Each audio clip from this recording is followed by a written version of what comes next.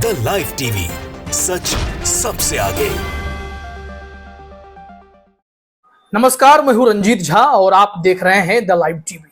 वैसे तो बीजेपी का मतलब नरेंद्र मोदी और अमित शाह के अलावा थोड़ा बहुत जेपी नड्डा ही होता है, लेकिन राजस्थान में बीजेपी का मतलब शायद वसुंधरा राजे ही होता है।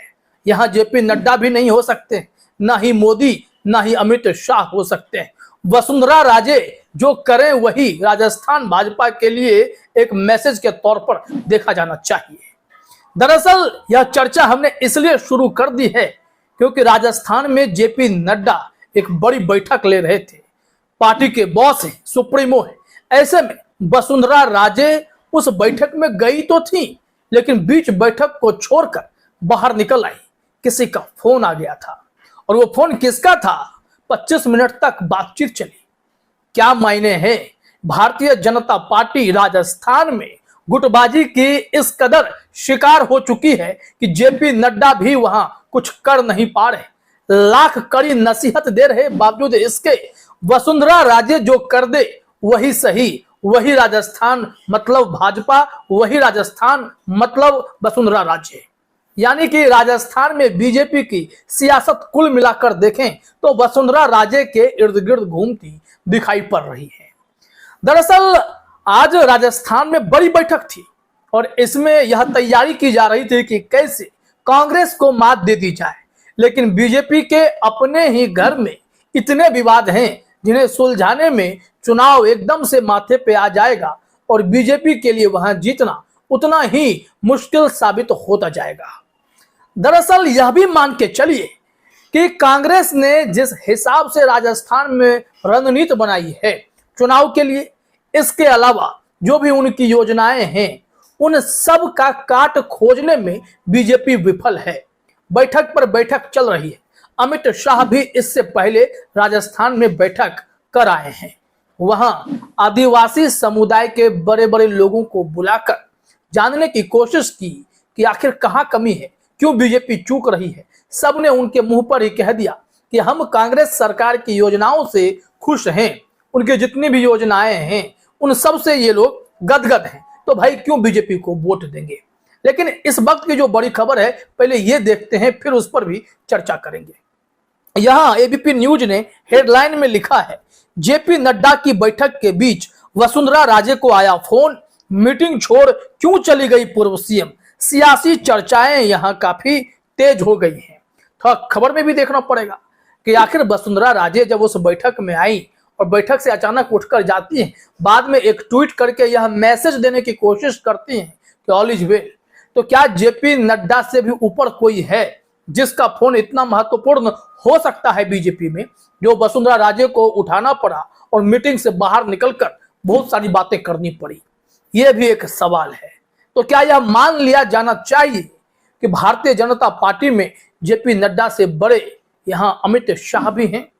क्योंकि पार्टी के जो बॉस होते हैं अधिकार तो उनका ही चलना चाहिए, लेकिन यहां दिखता है कि राजस्थान में वसुंधरा राजे सबसे बड़ी है। यहां फिर दिल्ली की लॉबी क्या काम कर पाएगी ये समझ से परे।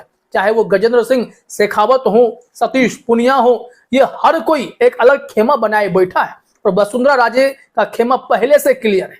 सचिन पायलट को जब बीजेपी में लाने की कवायद चल रही थी तो यह बताया जाता है कि उस वक्त भी किसी ने सबसे अधिक विरोध किया था तो वो वसुंधरा राजे का गुट था। वो लोग चाहते हैं इस बार भी कि अगर वसुंधरा राजे का चेहरा सामने रखकर चुनाव नहीं लड़ा गया, इन्हें सीएम फेस अभी से ही घोषित नहीं किया गया, तो फिर राजस्थान में बीजेपी की नैया डगमगा जाएगी। लेकिन भारतीय जनता पार्टी का एक धारा चाहता है कि प्रधानमंत्री नरेंद्र मोदी के चेहरे पर ही चुनाव लड़े जाए। लेकिन इस बीच जो भी सियासी परिदृश्य देखने को मिले और भाजपा को जितना नुकसान हुआ है उन सब में बीजेपी में खास करके प्रधानमंत्री मोदी के चेहरे पर तो असर पड़ ही गया है। जनता अब उनके फेस को नकार रही है। उनके नाम पर वोट देना बड़ा मुश्किल सा होता दिखाई पड़ रहा है। तो चलिए जरा खबर में देखते हैं यहाँ क्या बताया गया है। राजस्थान इलेक्शन 2023 जयपुर में रविवार दोपहर बाद भाजपा कोर कमेटी की बैठक हुई, जिसमें राजस्थान भाजपा के दिग्गज शामिल हुए। उस बैठक में अध्यक्ष जेपी नड्डा, सीपी जोशी, वसुंधरा राजे, राजेंद्र राठौड़, सतीश पुनिया, चंद्रशेखर आदि लोग शामिल हुए। जेपी नड्डा के साथ सभी बैठक में गए और वसुंधरा राजे भी बैठक में पहुंच गई थी। लगभग 5 मिनट बाद ही उन्हें कोई फोन आया और राजे बैठक से बाहर आ गई। ये फोन कितना इंपॉर्टेंट रहा होगा, जरा सोचिए। क्या राजस्थान में इस बैठक में भी अंतरकलह की स्थिति है? जैसे मध्य प्रदेश भाजपा में भी अंतरकलह की बात कही जाती है, यहां भी वही स्थिति उत्पन्न हो गई है। कांग्रेस ने तो अपना घर ठीक कर लिया। अशोक गहलोत और सचिन पायलट एकजुट हो गए हैं। कांग्रेस मिलकर चुनावी मैदान में उतरने वाली है। लेकिन बीजेपी का क्या? बीजेपी में जो गुटबाजी है उसे कैसे ठीक किया जाएगा? जेपी नड्डा हड़काते हुए नजर आते हैं, मैं और मेरा सब कुछ, ये सब छोड़ करके आइए, एकजुट होकर काम कीजिए। लेकिन यहाँ क्या हो रहा है? वसुंधरा राजे को फोन करके कौन समझा दिया कि जेपी नड्डा की बैठक से आप दूर रह सकती हैं? राजस्थान में यह सियासत बहुत ही दिलचस्प होने जा रही है, खास करके बीजेपी के लोगों के लिए, कि वसुंधरा राजे की जितनी पकड़ है, क्या उसके आगे बीजेपी का दिल्ली कुनबा नतमस्तक हो जाएगा? जरा खबर में देखिए। बताया जा रहा है कि जब वसुंधरा राजे बाहर निकले तो उनके सुरक्षा कर्मी भी बाहर आ गए। यहाँ लिखा हुआ है कि इस दौरान उनके सुरक्षा कर्मी भी बाहर आ गए। सूत्रों के अनुसार करीब 20 से 25 मिनट तक वो बाहर ही रही। उन्होंने फोन पर बात की, उसके बाद अपने सुरक्षा कर्मियों से बात करती दिखी, मगर उस दौरान अंदर बैठक जारी रही। मगर हलचल तेज रही कि आखिर क्यों वसुंधरा राजे बैठक से बाहर आ गई। अब चर्चाएं तेज हो गई हैं। इस बैठक के बारे में खुद वसुंधरा राजे ने ट्वीट भी किया है कि मगर अब सियासी पारा तो चढ़ चुका है। वसुंधरा राजे ने ट्वीट निश्चित तौर पर किया है। वो ट्वीट बस यह बताने के लिए इन्फॉर्मेशन कि आज बीजेपी के सुप्रीमो जेपी नड्डा के साथ एक महत्वपूर्ण बैठक हुई और वसुंधरा राजे ने बस एक मैसेज डाल करके काम अपना निपटा लिया। लेकिन वो बैठक से उठ क्यों गई थी, इसको लेकर बातें सामने नहीं आई। लेकिन सियासी आकलन करें तो यह साफ तौर पर लगता है कि इस वक्त राजस्थान में जेपी नड्डा पर भारी वसुंधरा राजे ही पड़ रही है और दिल्ली से इनसे भी ऊपर का कोई नेता इन्हें फोन कर रहा होगा, जिसे सुनने समझने के लिए वो बाहर आ चुकी थी। यह सबसे पहले अनुमान लगाए जा रहे हैं। वहीं दूसरी तरफ जेपी नड्डा काफी गुस्से में दिखे। अब कहते हैं कभी कभी कि खिसियानी बिल्ली खंभा नोचे, तो जेपी नड्डा वसुंधरा राजे पर तो कुछ बोल नहीं पा रहे हैं। उन्होंने अपने कार्यकर्ताओं को ही कड़ी नसीहत दे डाली है। न्यूज 24 की खबर है, जरा अपने स्क्रीन पर हेडलाइन देखिए। राजस्थान इलेक्शन 2023, जेपी नड्डा ने बीजेपी नेताओं को दी नसीहत, बोले नेता मैं और मेरा छोड़कर साथ आए। ये जरूरी भी है, क्योंकि अगर बीजेपी अंदरूनी कलह से नहीं उभरी तो राजस्थान में फाइट कैसे देगी। राजस्थान इलेक्शन 2023, इसमें बताया गया राजस्थान भाजपा के कैंपन नहीं सहेगा। राजस्थान की लॉन्चिंग के बाद बीजेपी अध्यक्ष जेपी नड्डा ने विधायकों और नवनियुक्त पदाधिकारियों की बैठक ली।